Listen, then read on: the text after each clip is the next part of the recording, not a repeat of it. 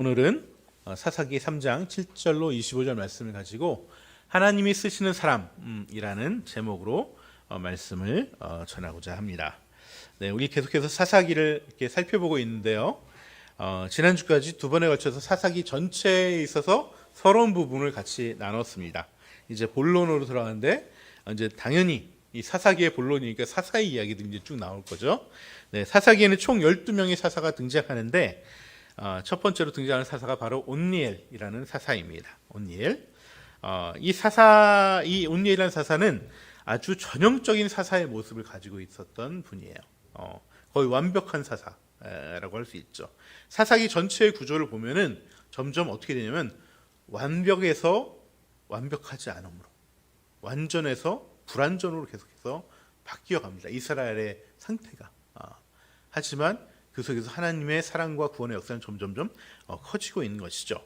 그래서 처음에 나타난 이 사사 온니엘은 당연히 완벽하고 완전한 어떤 사사의 전형적인 모습을 보여줍니다.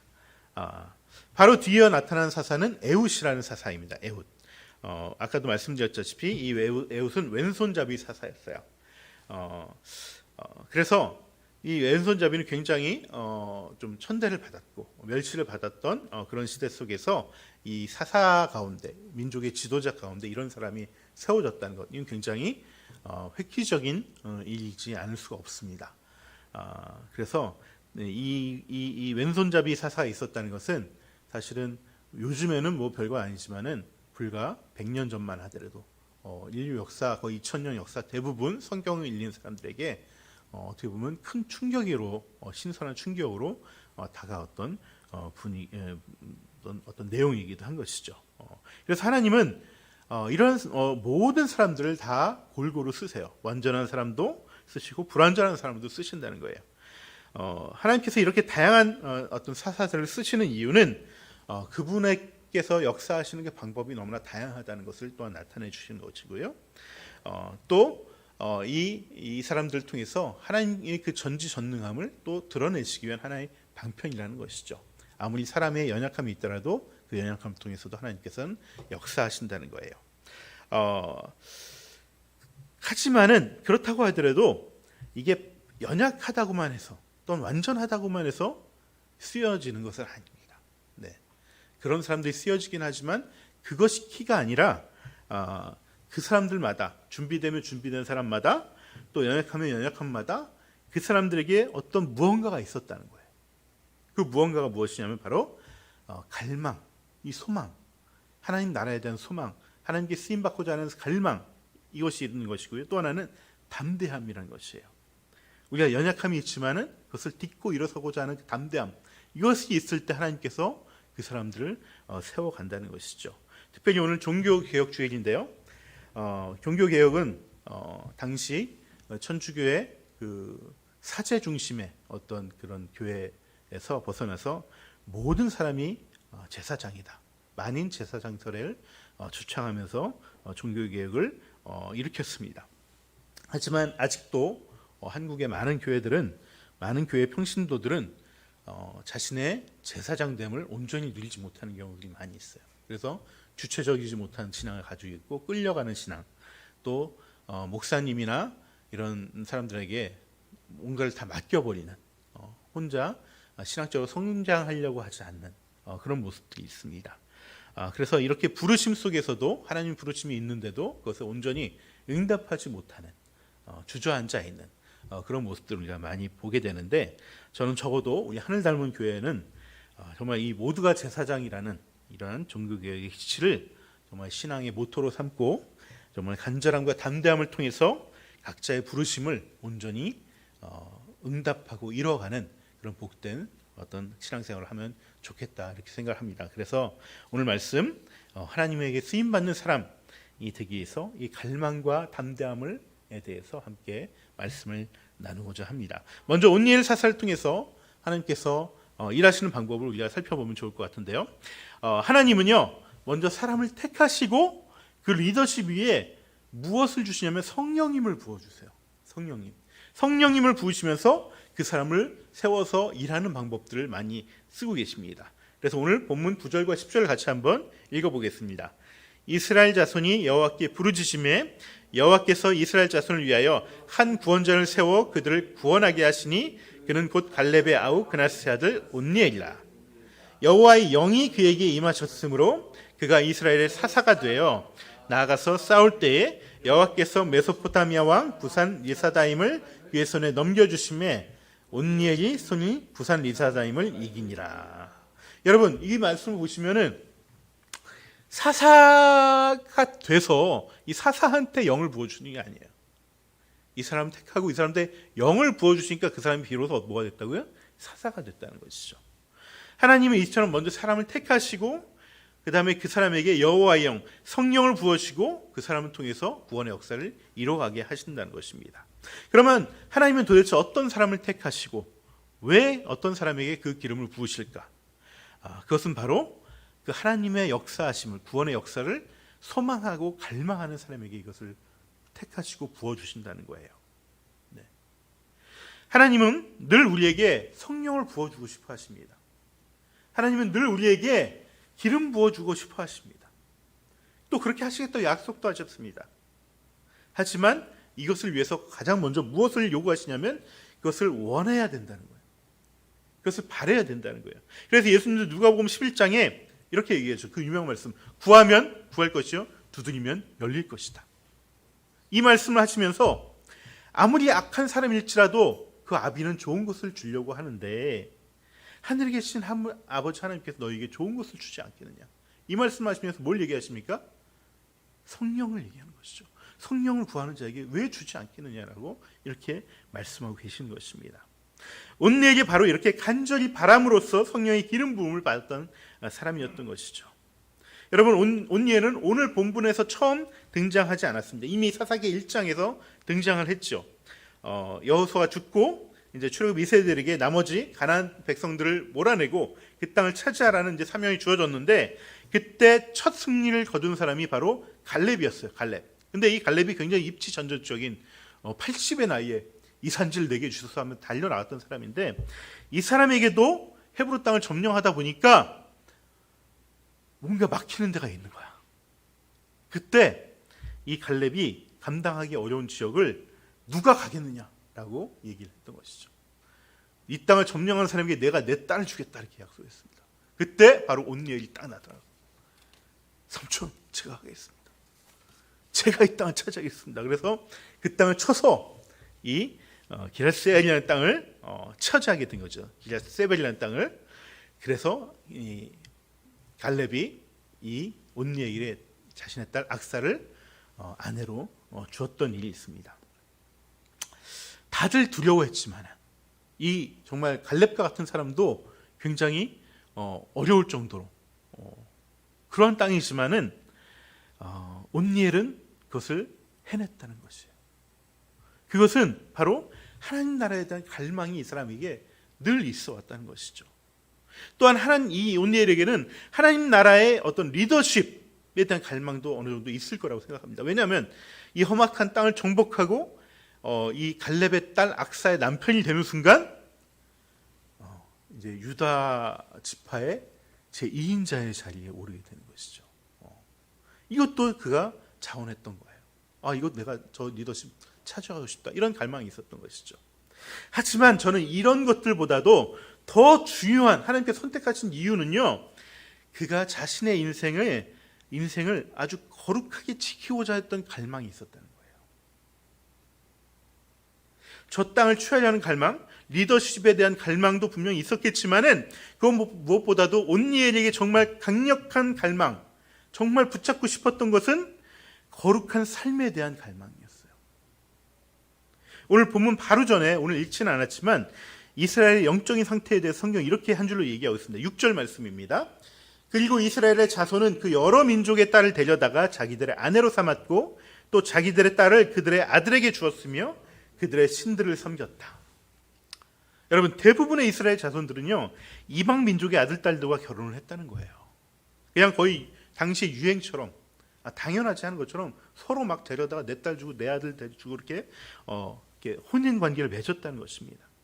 여러분, 이 이유가 무엇이겠습니까? 그것은 단지 자신의 안전을 위한 거예요. 안전을 위한 것. 당시에는 여전히 가난한 족속들이 남아 있었고요. 그 중에서 약한 족속들은 항복하고 와서 종으로 삼았어요.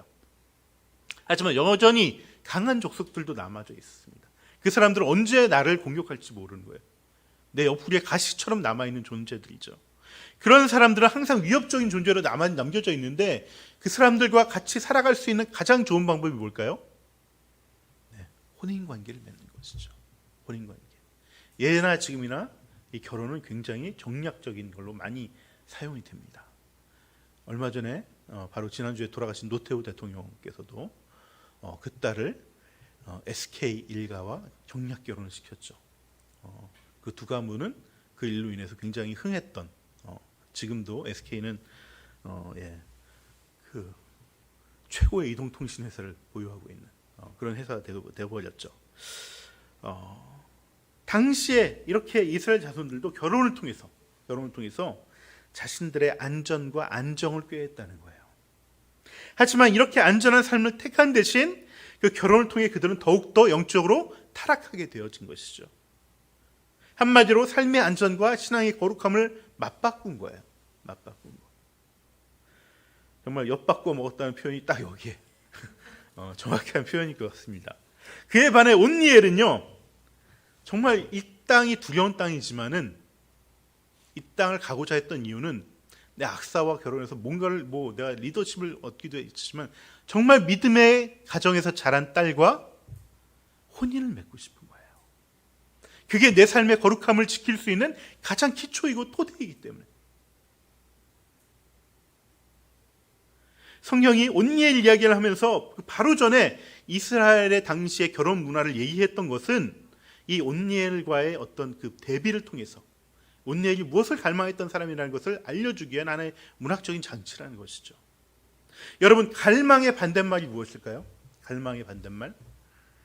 그것은 하나님을 갈망하고 거룩함을 갈망하는 그 갈망의 소망의 그 반대말, 그것은 바로 잊어버린다는 거예요. 잊어버린다는 거예요. 개역교회 정보로 7절 말씀 같이 한번 읽어볼까요?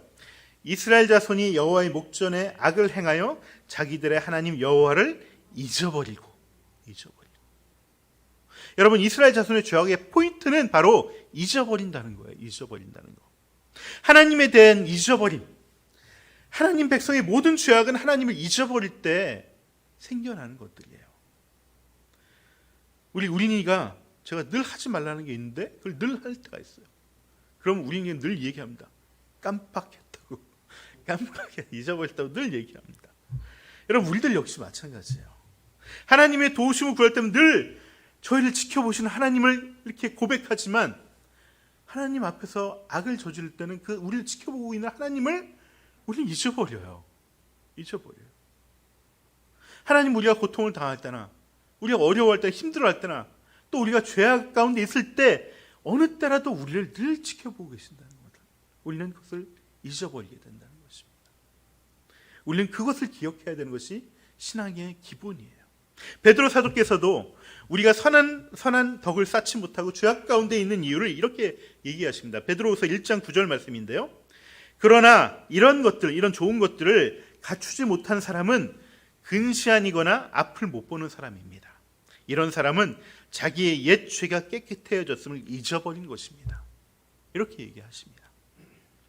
우리의 죄악 가운데 있고 우리가 선을 행하지 못하는 이유는 하나님이 지금 우리를 지켜보고 계심을 보지 못하는 그런 근시안이 있거나 영적인 근시안이 있거나 아니면은 하나님이 나에게 행하셨던 나의 죄를 속해 주시고 구원해 주셨다는 그 은혜를 잊어버렸기 때문이라고 얘기하고 계시는 것이죠. 여러분, 우리 주일 예배 이후의 삶은 우리는 어떻습니까? 정말 그 거룩함을 갈망하는 삶을 살고 있습니까? 아니면 하나님의 은혜를 잊어버리는 삶을 살아가고 있습니까? 하나님의 구원의 역사는 우리가 그 거룩함을 갈망하고 그 하나님의 역사를 갈망하는 그 마음을 통해서 시작된다는 거예요. 저와 여러분이 이런 갈망함을 통해서 하나님의 리더십으로 세워져 가고 정말 성령의 기름 부으심을 경험하는 그런 정말 복된 하늘 닮은 교회 성도들 되면 좋겠습니다. 또한 하나님께서는 온니엘과 같은 그런 어떤 정말 신실하고 갈망하는 사람들을 세우기도 하지만 의외의 사람들도 또 세우기는 하시는데요. 또 또 그 사람들 통해서 일하기도 하시는데 그 외의 사람들이란 바로 매우 연약한 사람들을 세우긴다는 것이죠. 우리는 흔히 능력 있는 사람, 재능이 탁월한 사람, 남다른 장점이 있어야지만 뭔가 준비되어 있어야지만 하나님이 쓰실 수 있다고 이렇게 착각하는 경우들이 많습니다. 물론 그런 사람들도 하나님께 쓰시지만 성경을 보시면 대부분의 경우 그렇지 않은 사람이 더 많다는 것을 우리는 알 수 있어요. 그리고 그런 사람들에게 더 하나님은 관심을 갖고 있다는 것을 알 수가 있습니다. 그리고 그 연약한 사람을 쓰실 때도 그 연약한 사람들에게 있는 무언가 장점이 있잖아요. 근데 그 장점이 아니라 그 연약한 사람이 진짜 연약한 부분을 사용하신다는 거예요. 사람들은 누구나 다 기질이 다르고 그 기질에 따른 장점과 단점이 다 동시에 존재합니다. 그 장점과 연약함이 동시에 존재하는데 하나님은 그 사람의 장점보다도 오히려 그 단점을 가지고 역사하실 때가 많다는 거예요. 오늘 본문에 나온 에옷도 그런 사람 중에 한 명이에요. 사사 온니엘이 죽자 평안하던 시대가 이제 막을 내렸어요. 많은 사람들이 다시 악을 행하기 시작합니다. 이번에는 모압의 에글론이 쳐들어왔어요. 이 에글론을 쳐들어왔다고 할 때 성경에서는 이 에글론이 강하게 만들어 주셨다고 얘기하고 있습니다. 여러분 에글론이라는 게 이게 약간 언어 플레이 같은 건데 이 에글론이 송아지라는 말과 그 발음이 비슷합니다. 송아지란 말. 송아지는 뭐죠? 우상 숭배할 때 우리가 쓰는 것이 바로 그 송아지죠. 이스라엘 백성이 이렇게 우상 숭배했던 그 송아지를 통해서 이스라엘을 다시 약탈하게 하셨다는 것이죠. 송아지 하면 어떤 느낌이 들죠? 아주 귀여운 느낌이 들죠. 네. 뭐 저런 송아지 같은 게 있는데 우리가 당할 수 있습니까? 근데 그렇게 당하게 만드신다는 것이죠.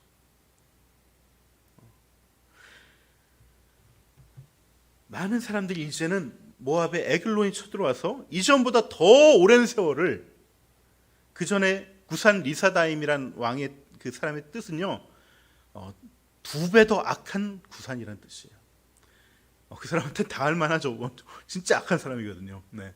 여러분 이거는 아마 그 본명은 아닌 것 같고 이스라엘 백성들이 붙여준 이름 같아요. 네. 우리가 그 성경에는 별명들이 많이 나옵니다. 별명들이 우리가 그냥 그 히브리어로 돼 있기 때문에 이름처럼 우리가 여길 때 있지만은 별명일 때가 많아요. 우리가 조폭들 아시죠? 조폭들 보면 무슨 도끼파, 무슨 쌍칼파 뭐 이런 게 있는데 이런 조폭들의 그 이름은 대부분 경찰에서 지어주는 거래요. 자기들이 난 도끼파 이렇게 하는 게 아니라 이 조폭들은 자기들이 조직이라는 것을 굉장히 감춘답니다.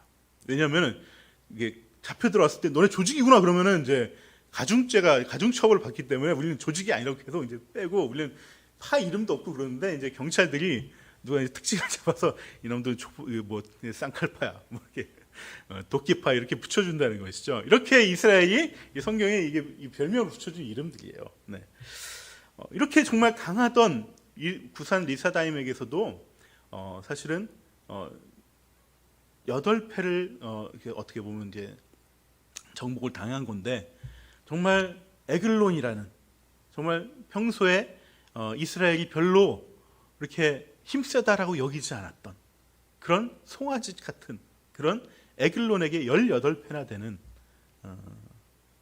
세월을 이렇게 약탈을 당해왔던 것이죠. 이렇게 18년 동안이나 조공을 바치다가 어느 날 한 사람이 분연히 일어나서 그 모압왕 에글론을 단칼로 제거해버리는 그리고 하나님의 구원을 이루는 역사가 일어났습니다. 그것이 바로 에웃이라는 사람을 통해서 일어난 것인데 도대체 에웃은 어떤 사람이길래 하나님의 구원의 역사에 쓰임을 받았을까? 오늘 본문에 따르면 에웃은 베냐민 지파의 사람이었습니다. 베냐민 지파. 그리고 그는 왼손잡이였다는 것이죠. 여러분 베냐민 지파의 왼손잡이는 그 자체로 굉장히 역설적인 표현이에요. 왜냐하면 베냐민이라는 것은 베는 아들이라는 것이고요. 야민은 무슨 뜻이냐면 오른손이라는 뜻이에요.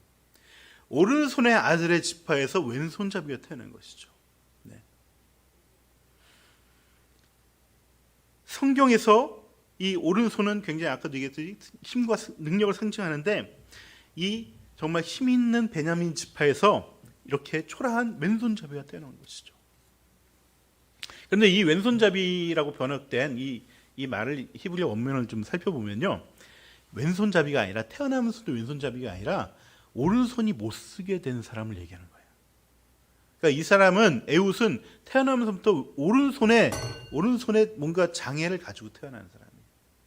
그래서 하는 수 없이 왼손을 쓸 수밖에 없는, 왼손잡이가 아님에도 왼손을 쓸 수밖에 없는 그러한 결함을 가지고 태어난 사람이라는 거예요. 우리가 처음부터 왼손잡이로 태어났으면 왼손이라도 힘이 있을 텐데, 이 사람은 오른손잡이로 태어났지만 오른손을 못 쓰는 상황이기 때문에 이도 저도 아닌, 정말 고대 사회는 남자는 힘밖에 없는데 정말 쓰잘데기 없는 사람으로 태어났다는 것이죠. 그런데 하나님께서는 이렇게 아무도 인정하지 않고 정말 쓰잘데기 없는 사람을 하나님의 사람으로 택하시고 그 사람을 사용했다는 것이에요. 여러분, 성공적 삶의 심리학이라는 책이 있습니다. 이 책은 제가 저희 이제 월요일 날 제가 공부하면서 이 교재로 쓰고 있는 책인데, 이 책의 내용은 뭐냐면 하버드대를 졸업한 사람들의 인생을 추적하면서 이 사람들의 삶이 어떤가를 이렇게 오랜 세월 동안, 지금 연구가 끝나지 않았습니다. 이게 거의 마지막 그 연구 대상자가 죽어야지 끝나는 거기 때문에 앞으로 한 20-30년 길게는 더 이제 연구가 돼야 되는 건데, 그 중에서 이제 먼저 한 권이 나오고 2권이 나왔습니다. 또 나올 거예요, 책이. 근데 그 사람들의 그 인생을 추적한 그 결과들을 담는 책이에요. 당연히 하버드 대학에 들어갔던 사람들이기 때문에 일반적인 사람들보다 재능이 당연히 있겠죠. 머리도 뛰어나고 뭐 정서적으로 안정된 가정에서 태어날 수도 있고요. 그러면 이 사람들의 인생이 어떻게 펼쳐졌을까를 이제 추적해 본 건데, 이 책에서 말하고자 하는 것은 뭐냐면, 이렇게 뛰어난 재능을 가지고 있는 사람들도 다른 사람들과 마찬가지로 다 인생의 시련을 겪고 어려움을 겪는다는 거예요. 그것을 자유롭지 못하다는 거예요. 그런데 성공한 사람들의 공통적인 특징이 있는데, 그것은 이러한 시련과 어려움 속에서 자신의 그 뛰어난 머리, 재능이 그것을 돌파하는 데 쓰이는 것이 아니라 오히려 자신의 연약함과 단점을 잘 사용하고 알고 다룰 줄 아는 사람이 성공적인 인생을 살아간다는 것이에요. 여러분, 심리학적으로 사람들은 모두 다 뭘 갖고 있냐면 방어 기제를 가지고 있어요. 방어 기제. 왜냐하면 우리 모두는 저마다 불안을 안고 살아가기 때문에 그렇습니다. 우리는 태어날 때부터 누구의 도움 없이 살아가는 그런 갓난아기로 태어났기 때문에 다 불안이 있어요. 생존에 대한 불안이 있어요. 엄마가 이걸 다 온전히 다 케어해 주지 못해요. 어쩔 때는 배고픈데도 좀 밥이 늦어지는 경우도 있고, 또 어떨 때는 옆에 있어줘야 되는데 옆에 있어주지 못할 때도 있고, 이런 것들 때문에 불안이 내재화되고 무의식 속에 점점 자리 잡게 됐으면서 우리는 불안과 걱정을 늘 품고 살아갈 수밖에 없습니다. 그래서 우리는 이 불안으로 인해서 뭐가 자연적으로 만들어지냐면은 본능적으로 방어 기제라는 것을 만들어 사용을 합니다. 방어 기제라는 것. 이 방어 기제는 저마다 기질이 다르기 때문에 너무나 다양하고 또 그 작동 방법이 다 틀립니다. 그런데 이 방어 기제 작동 방법 중에 가장 큰 영향을 끼치는 것이 뭐냐면 바로 그 사람의 기질적인 연약함이라는 거예요. 타고난 연약함이 그 사람의 방어 기제에 굉장히 큰 영향을 미치게 된다는 거예요. 그래서 어떤 사람이 막 사람 만나는 게 좀 불편하고 힘든 분들이 있는데, 그런 사람들은 이제 대인 관계할 때 더 불편하고 스트레스를 많이 받거든요. 그럼 거기에 맞는 방어 기제를 뭔가를 사용을 해요. 또 어떤 사람은 굉장히 외향적이고 뭐 사람 만나는 거 다 좋지만은 뭔가를 잘 이렇게 섬세하지 못하고 뭔가 실수가 많고 이런 사람들이 있습니다. 근데 이런 사람들은 그거에 대한 불안함이 있어요. 그래서 그거에 대한 방어 기제가 또 있습니다. 네. 그래서 이 자신의 기질적인 연약함이 그 사람의 방어 기제를 뭔가를 결정하는데 큰 요인이 된다는 것이죠. 그런데 그 성공한 사람들은 이러한 자신의 연약함으로 인해서 작동되는 이 방어 기제가 뭔지를 잘 아는 거예요. 내 방어 기제 지금 이래서 내가 이렇게 행동하고 있다는 것을 잘 아는 것이죠. 그래서 그걸 잘 이해하고 있을 뿐만 아니라 그것을 잘 적당하게 잘 다룰 줄 아는 법을 터득한 사람들이라는 거예요.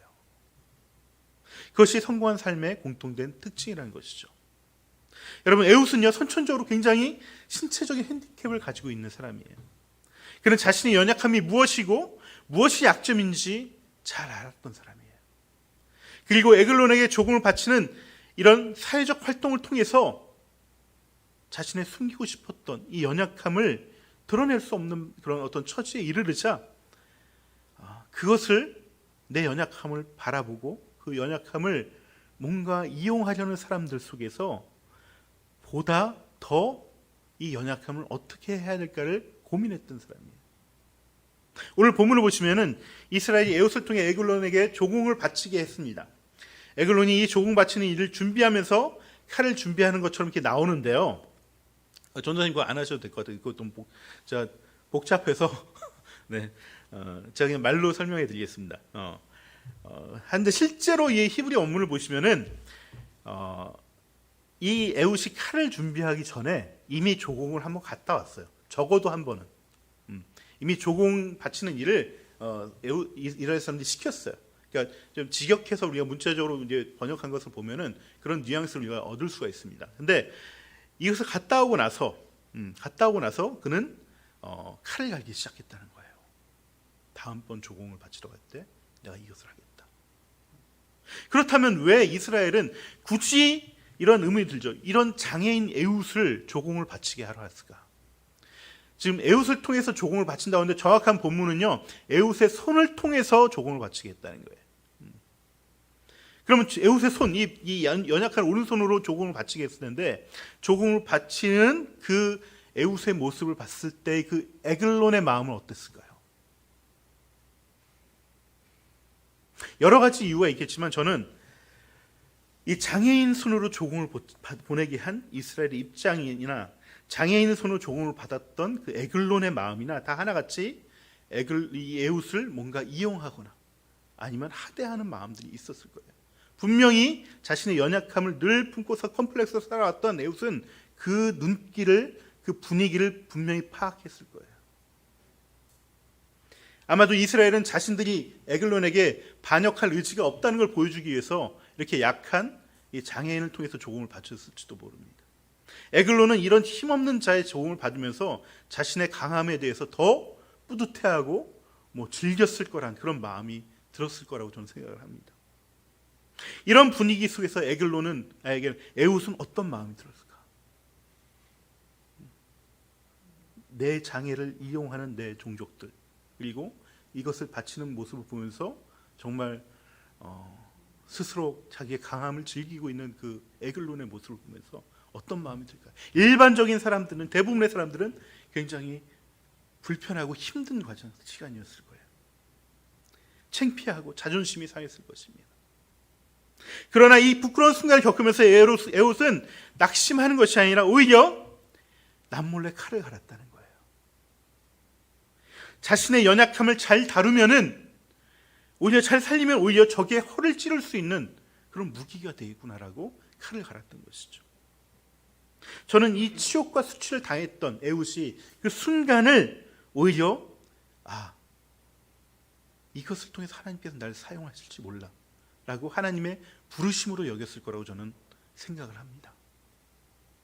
자신의 연약함을 사람들이 알고 자신을 바라보는 사람들의 시선이 곧 자신이 수치가 되었을 때 에웃은 그 순간에 오히려 자신이 하나님으로부터 부르심을 받았고 이 일로 인해서 내가 하나님 앞에 세워졌다는 것을 확인하는 순간이라고 저는 여겼다고 생각합니다. 제가 유대인 부모들의 얘기를 들으면서 굉장히 감명 깊었던 일이 있는데, 유대인 부모들은 아이가 태어났을 때 축복의 기도를 하죠. 하나님께 아이를 올려드리면서 축복을 합니다. 근데 장애인이 태어났을 때는 어떡할까? 장애인이 태어났을 때. 근데 유대인 부모들은 더 감사를 한다는 거예요. 더. 왜 감사하는지 아세요? 정상적인 아이는 아무리 잘해봤자 100점이지만 얘가 정말 잘했을 때는 얘는 200점짜리 아이라는 거예요. 그래서 그런 기회를 주신 하나님께 감사한다는 것이죠. 그 연약함을 오히려 감사하고 주님께 올려드리는 계기로 삼았다는 것입니다. 결국 하나님은 이러한 에웃의 담대함을 통해서 그렇게 어쩔 수 없이 사용하는 그 왼손에 힘을 주시고 그 에글론의 배를 찌르게 하신다는 거예요. 여러분, 한 규빗이라는 50cm인데요. 에글롯이 굉장히 뚱뚱했다 할지라도 저도 50cm가 안 됩니다. 제가 꼭 이렇게 예가 돼서 굉장히 비참하지만 이 연약함을 또 주님께서 사용하실 줄 믿습니다. 네. 그래서 이 50cm 안 되지만은 그것이 칼자루까지 포함해서 그럼 칼은 한 30cm밖에 안 돼요. 근데 이것이 뚫고 나왔다는 것은 정말 칼자루까지 그 속에 들어왔다는 거예요. 이거는 왼손잡이가 아닌 사람이 왼손으로 찔렀을 때 그런 힘이 나올 수가 없거든요. 이거 하나님께서 주신 힘인 것이죠. 하나님께서 능력을 주신 것이죠. 그리고 끝에 기름이 엉켜져서 이렇게 묻어 있다고 아주 그냥 이게 정말 잔혹 다큐 같은 느낌이 드는데 이렇게 표현했는데 사실은요 원문을 보시면은 기름이 아니고 더 이게 진짜 좀 말하기 그렇지만 똥이 묻어 나왔다라고 해요. 똥이 이 성경 원문을 보시면 똥이 묻었다고 나옵니다. 아주 그냥 여러분 근데 이 똥 때문에 바깥에 있는 부하들은 이 똥 냄새가 나니까 우리 그 보스가 응가를 하고 계시는구나 이렇게 생각하고 밖에서 기다리고 있었던 거예요. 그러니까 하나님은 에훗이 도망갈 수 있는 또 기회조차 다 완벽하게 디테일하게 그 똥을 통해서 마련해 주셨다는 것이죠. 하나님은 우리의 그 연약함이 있지만 그 연약함을 주님께 올려드릴 때 정말 그 디테일함까지도 다 채워주신다는 것이에요. 여러분 이것이 바로 하나님께서 연약한 사람을 쓰시면서 하시는 정말 은혜의 방법이라는 것이죠. 여러분 어느 날 우리 D.L. 무디 목사님이란 분이 계신데 들어보셨죠? 이 D.L. 무디 목사님이 이제 부흥회를 하시고 복음을 전하고 이제 다시 천막 뒤에 있는 자기 그 숙소로 왔는데 다 돌아간 다음에 한 소녀가 온 거예요. 한 어린 아이가 온 거예요. 그러면서 목사님 저는 목사님 말씀 들으면서 정말 주님께서 저를 너무나 사랑하신다는 깨달았어요. 그래서 이제 주님께 나를 정말 마음껏 드리고 싶고 그렇게 살고 싶어요. 그랬더니 무디 목사님이 그래 딸아 내가 가지고 있는 건 아무 거라도 좋으니까 주님께 드리면 된단다.